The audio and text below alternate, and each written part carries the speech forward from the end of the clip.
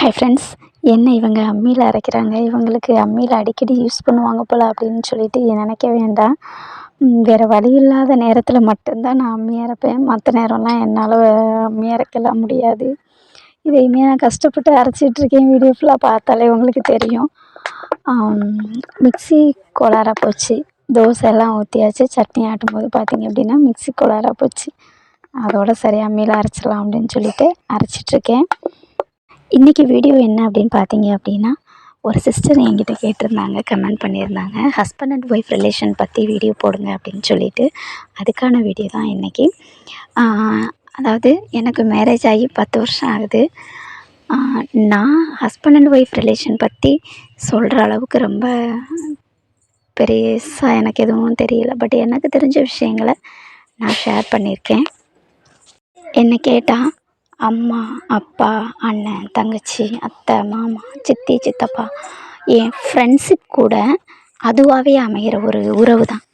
நம்ம யாரையுமே செலக்ட் பண்ண மாட்டோம். ஏன் நான் ஃப்ரெண்டையுமே நம்ம செலக்ட் பண்ண மாட்டோம் அப்படின்னு சொல்கிறேன்னா, அதுவுமே யதார்த்தமாக அமையக்கூடிய ஒரு லைஃப்பாக தான் இருக்கும், ஃப்ரெண்ட்ஷிப்பாக தான் இருக்கும். இவங்க நமக்கு ஃப்ரெண்டாக வரட்டும் அப்படின்னு தேடி தேடி நம்ம அவங்கள கூட நம்ம செலக்ட் பண்ண மாட்டோம். ஆனால் ஹஸ்பண்டோ ஒய்ஃபோ அந்த ஒரு உறவை மட்டும்தான் நம்ம வந்து தேடி தேடி பார்த்து பார்த்து ஜாதகம் பார்த்து பிடிச்சிருக்காங்கிறத ஃபஸ்ட்டு பார்த்து நிறைய ஃபார்மாலிட்டி எல்லாம் பார்த்து நம்ம தேர்ந்தெடுக்கிறது அப்படின்னு பார்த்திங்கன்னா ஹஸ்பண்ட் அண்ட் ஒய்ஃப் தான். லவ் மேரேஜ் இருக்குது, நான் இல்லைன்னு சொல்லலை. அதுலேயும் கூட பார்த்த உடனே நம்ம லவ் பண்ணாலும் கூட திரும்ப நம்ம நிறைய யோசித்து அப்புறமா தான் அவங்கள நம்ம வந்து லவ்வராக செலக்ட் பண்ணுவோம். அப்படித்தானே? அப்படி தேடி தேடி நம்ம செலக்ட் பண்ணுற அந்த உறவு வந்து எல்லாருக்கும் 100% கரெக்டாக அமைஞ்சிருமா அப்படின்னு கேட்டால் அமையவே அமையாது. ஏதாவது 1%னாலும் எதுனாலும் ஒரு ப்ளஸ் ஆர் மைனஸ் கண்டிப்பாக இருக்க தான் செய்யும். எல்லாருக்குமே 100க்கு 100 பர்ஃபெக்டாக அமைஞ்சிருச்சு அப்படின்னு சொல்கிறது ரொம்ப ரொம்ப ரொம்ப ரொம்ப ரேராக தான் இருக்கும். ஏன்னா கிட்டத்தட்ட 25-26 வருஷமாக அவங்க ஒரு சுச்சுவேஷனில் வளர்ந்துருப்பாங்க, நம்ம ஒரு சுச்சுவேஷனில் வளர்ந்துருப்போம். 2 பேரும் ஒன்றா சேரும்போது நிறைய விஷயங்கள் வந்து முன்ன பின்ன இருக்க தான் செய்யும். ஏன் நம்ம ஒரே வீட்டுக்குள்ளே பிறந்த அண்ணன் தம்பி அக்கா தங்கச்சி கூட அவங்களுக்குள்ள கூட எதனாலும் சின்ன சின்ன மிஸ் அண்டர்ஸ்டாண்டிங் இப்போ வரைக்கும் வந்துட்டு தானே இருக்கும். அப்புறம் அது கொஞ்சம் காலப்போக்கில் சரியாயிடும். அதே மாதிரி தான் ஒன்றா பிறந்த அவங்களுக்கே அப்படின்னா நம்ம தனித்தனி சுச்சுவேஷனில் வளர்ந்த ஹஸ்பண்ட் அண்ட் ஒய்ஃபோட ரிலேஷன்ஷிப் எப்படி இருக்கும் அப்படின்னு அதை நம்ம அந்த ஒரு ஆங்கிளில் தான் புரிஞ்சுக்கிறணும். அதாவது சொல்லுவாங்க இல்லையா, குற்றம் பார்க்கின் சுற்றம் இல்லை அப்படின்னு. அது 100க்கு 100% உண்மை. எந்த உறவாக இருக்கட்டும், அவங்கள்ட்ட உள்ள குறைகளையே நம்ம பார்த்துட்டே இருந்தோம் அப்படின்னா நமக்கு எந்த ஒரு உறவுமே நிரந்தரமாக அமையாது.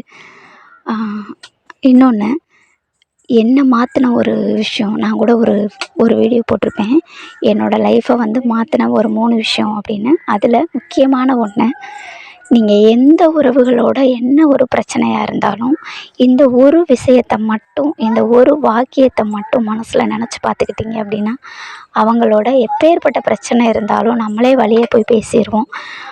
அவங்களோட உணர்வுகளை நம்மளே புரிஞ்சுக்கிடுவோம். அது என்ன அப்படின்னா, எனக்கு என்னோடய லைஃப்பை தலைகீழாக புரட்டி போட்ட ஒரு வார்த்தை அப்படின்னு கூட சொல்லலாம். மரணத்தோட வரிசையில் நம்ம நின்றுட்டுருக்கோம். என்ன கஷ்டமாக இருந்தாலும் சரி, ஒரு உறவுகளுக்குள்ள என்ன ஒரு மிஸ் அண்டர்ஸ்டாண்டிங்காக இருந்தாலும் சரி, எவ்வளோ பிரச்சனையாக இருந்தாலும் சரி, இந்த ஒரு லைனை மட்டும் அந்த செகண்டில் நினச்சி பாருங்களேன். நமக்கு எதுவுமே வந்து பிரச்சனையை பெருசாக்கணும் அப்படிங்கிற எண்ணமே வராது. அதே மாதிரி லவ் மேரேஜாக இருக்கட்டும், அரேஞ்ச் மேரேஜாக இருக்கட்டும், அவங்களுக்குள்ள நமக்கு என்ன ஒரு மிஸ் அண்டர்ஸ்டாண்டிங்காக இருந்தாலும் அவங்கள ஃபஸ்ட் டைம் பார்த்த அந்த ஒரு சுச்சுவேஷன், அடுத்து அவங்களுக்குள்ள நடந்த நல்ல நல்ல சந்தோஷமான உரையாடல்கள் அப்படின்ட்டுன்னு நம்ம அவங்கள பற்றின ஒரு மிஸ் அண்டர்ஸ்டாண்டிங்கில் இருக்கும்போது அந்த முதல் பார்வை, முதல் தருணங்களை எல்லாம் யோசித்து பாருங்களேன். கண்டிப்பாக அவங்கக்கிட்ட உள்ள கோவங்கள் எல்லாமே மாறி போயிடும். நம்ம தான் போய் வழியை பேசணுமா, அவங்க வந்து பேச மாட்டாங்களா அப்படிங்கிற யூகம் இல்லாமல் எல்லாம் அமைதியாக சால்வ் ஆன பிறகு உடனே அதை பற்றி பேசாமல் என்ன பிரச்சனையாக இருந்தாலும் கொஞ்சம் ரிலாக்ஸ் பண்ணிவிட்டு திரும்ப அவங்கக்கிட்ட போய் அமைதியாக உட்காந்து அந்த மாதிரி நல்ல விஷயங்கள், சந்தோஷமான விஷயங்களை ஃபுல்லாக நம்ம ஷேர் பண்ணிவிட்டு நம்மளோட சூழ்நிலைகளை சொல்லும்போது கண்டிப்பாக மாறுறதுக்கான வாய்ப்புகள் நிறைய இருக்குது. அதே மாதிரி லைஃப்பில் வாழ்க்கையில் 2 விதம் இருக்குது. ஒன்று மற்றவங்க மாதிரி வாழணும், இல்லைன்னா மற்றவங்கள விட நல்லா வாழணும் அப்படின்னு. அப்படி என்றைக்குமே நம்ம மற்றவங்கள மட்டும்தான் கம்பேர் பண்ணுமே தவிர, நம்மளை மாதிரி வாழணும், நமக்கு பிடிச்ச மாதிரி வாழணும், நம்ம மற்றவங்களுக்கு ரோல் மாடலாக வாழணும் அப்படின்னு எத்தனை பேர் நம்ம லைஃப்பை வாழ்கிறோம் அப்படின்னு தெரியல. அதுக்காக நல்ல விஷயத்துக்கு மற்றவங்கள கம்பேர் பண்ணுறதுனால தப்பு கிடையாது. அதை விட்டுட்டு ஒரு பொறாமை போட்டி இருக்கலாம், நல்ல விதமான போட்டி. ஆனால் பொறாமையோடு மற்றவங்கள நம்ம கம்பேர் பண்ணி நம்ம லைஃப்பை கொண்டு போனோம் அப்படின்னா கண்டிப்பாக அதை ஜெயிக்க முடியாது. பெரியவங்க ஒரு கதை சொல்லுவாங்க. ஏரிக்கரை ஓரமாக ஒரு நாணல் இருந்துச்சாம். இன்னொரு பக்கத்தில் நல்ல ஒரு பெரிய மரம் இருந்துச்சாம். நாணல் அப்படிங்கிறது அது ஒரு வகையான புல். அந்த மரம் நினச்சிச்சான், எவ்வளோ பெருசாக இருக்கும், எவ்வளோ ஹைட்டாக, எவ்வளவோ அப்படி கிளைகளோடு விரிஞ்சு பறிஞ்சு எப்படி இருக்கும் அப்படின்னு. இந்த புல்லை பறித்து நோண்டா நமக்கு கீழே இப்படி கிடக்கு வளைஞ்சிக்கிட்டு அப்படின்னு நினச்சிச்சான். ஒரு பெரிய காற்றும் மழையுமா புயல் மாதிரி வந்துச்சான். அந்த மரம் தூரோடு அப்படியே பிடுங்கி கீழே விழுந்துருச்சான். ஆனால் அந்த நாணல் அந்த காற்றுக்கு ஏற்ற மாதிரி, புயலுக்கு ஏற்ற மாதிரி, மழைக்கு தகுந்த மாதிரி தன்னை வளைஞ்சி நெளிஞ்சு அதெல்லாம் முடிஞ்ச பிறகு அது உயிரோட அப்படியே அழகாக நின்றுச்சான். அந்த மரம் சாஞ்சு போச்சான். அந்த மாதிரி தான் என்றைக்குமே நம்ம லைஃப்பில் என்ன ஒரு சூழ்நிலையாக இருந்தாலும், எவ்வளோ பெரிய கஷ்டங்களாக இருந்தாலும், அந்த நாணலை மனசில் வச்சுக்கோங்க. அந்த நாணல் மாதிரி வளைஞ்சி நெளிஞ்சு அதுக்கு தகுந்த மாதிரி நம்மளோட வாழ்க்கையை சந்தோஷமாக கொண்டு போனோம் அப்படின்னா எந்த ஒரு சூழ்நிலையிலையும் பொறுமையாக கொண்டு போகும்போது நம்ம நிலச்சி என்றைக்குமே சந்தோஷமாக வாழலாம். அதுக்காக நம்ம ஒருத்தர் தான் எல்லாத்தையும் அட்ஜஸ்ட் பண்ணி போயிட்டே இருக்கணுமா? நாணல் மாதிரி நம்ம மட்டும்தான் வளைஞ்சி நெளிஞ்சு போயிட்டே இருக்கணுமா? மற்றவங்க சொல்கிறதெல்லாம் பொறுத்து போய்கிட்டே இருக்கணுமா அப்படின்னு நீங்கள் கேட்பீங்க. நான் தான் சொல்லியிருக்கேன்ல, மரணத்தோட வரிசையில் நம்ம நின்றுட்டுருக்கோம். நம்ம ஒவ்வொருத்தரும் புரிஞ்ச நமக்கு வாழ்க்கைங்கிறது சொர்க்கம். ஏன்னா ஒரு நிமிஷத்தையும் நம்ம சந்தோஷமாக அனுபவித்து வாழலாம்.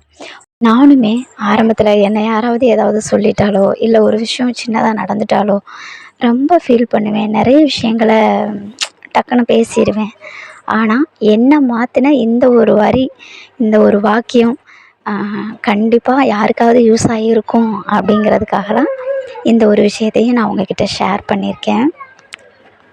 ஏன்னா நம்மளோட எந்த ஒரு சூழ்நிலையாக இருந்தாலும் எப்பேற்பட்ட கஷ்டமோ, வேதனையோ, வலியோ, வாக்குவாதமோ, பிரச்சனையோ, மனஸ்தாபமோ எது இருந்தாலும் இந்த ஒரு லைனை நினச்ச உடனே சரி விடு பார்த்துக்கலாம் அப்படின்னு தூக்கி போட்டு போகிற மாதிரி தான் எனக்கு தோணுது. கண்டிப்பாக உங்களுக்கும் தோணும் அப்படின்னு நினைக்கிறேன். ஹஸ்பண்ட் அண்ட் ஒய்ஃப் ரிலேஷன் இல்லை மற்ற உறவுகளோட ரிலேஷன் அப்படின்னு எதுவாக இருந்தாலும் சரி, இந்த சின்ன கதையும் அதுக்கு உதாரணமாக இருக்கும் அப்படின்னு நினைக்கிறேன். பொதுவாக ஹஸ்பண்டு கையில் ஒரு பலூனையும் ஒய்ஃபு கையில் ஒரு பலூனையும் கொடுத்துட்டு, கையில் 2 பேருக்குமே குண்டூசியை கொடுத்துட்டு நடுவர் ஒருத்தவங்க சொல்கிறாங்க, யார் கையில் கடைசி வரைக்கும் பலூன் இருக்கோ அவங்க தான் வின்னர் அப்படின்னு சொன்ன உடனே டக்குன்னு ஒருத்தருக்கு ஒருத்தர் அந்த பலூனை போட்டி போட்டு உடச்சிருவோம். லாஸ்ட்டு பார்த்தா 2 பேர் கையிலையுமே அந்த பலூன் இருக்காது. அப்போ யாருமே வின்னர் கிடையாது.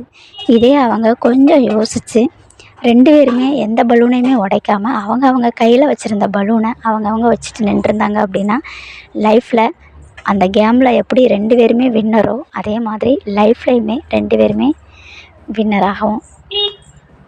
உறவுகளுக்குள்ளே எப்பயுமே குற்றம் பார்த்தால் என்றைக்குமே சுற்றம் இல்லை அப்படிங்கிறதும் இந்த ஒரு பிறப்பு தான். இனிமேல் நம்ம பிறக்க போகிறோமா அவங்க எல்லாரோடையுமே இதே மாதிரி ஒரு லைஃபு, இதே மாதிரி ஒரு ரிலேஷன் நமக்கு இனி எப்போ கிடைக்கும், இப்படி இந்த மாதிரி விஷயங்களை எல்லாம் நம்ம மனசில் என்றைக்குமே பதிச்சுட்டு நம்ம லைஃப்பை ஸ்மூத்தாக, சந்தோஷமாக, ஹாப்பியாக நமக்கு கிடைச்ச உறவுகளை தக்க வச்சுட்டு லைஃப்பை வாழ்ந்தோம் அப்படின்னா ரொம்ப ரொம்ப சந்தோஷமான வாழ்க்கையை என்றைக்குமே வாழ முடியும். அது ஹஸ்பண்ட் அண்ட் ஒய்ஃப் ரிலேஷன் இல்லை, எந்த ஒரு ரிலேஷனாக இருந்தாலும் அதை நம்ம கடைசி வரைக்கும் தக்க வச்சுக்க முடியும். ஒருத்தர் இல்லைன்னா ஒருத்தர் விட்டு கொடுத்து போய்கிட்டு இருந்தோம் அப்படின்னாலுமே இன்னுமே ரொம்ப சந்தோஷமாக இருக்கும்.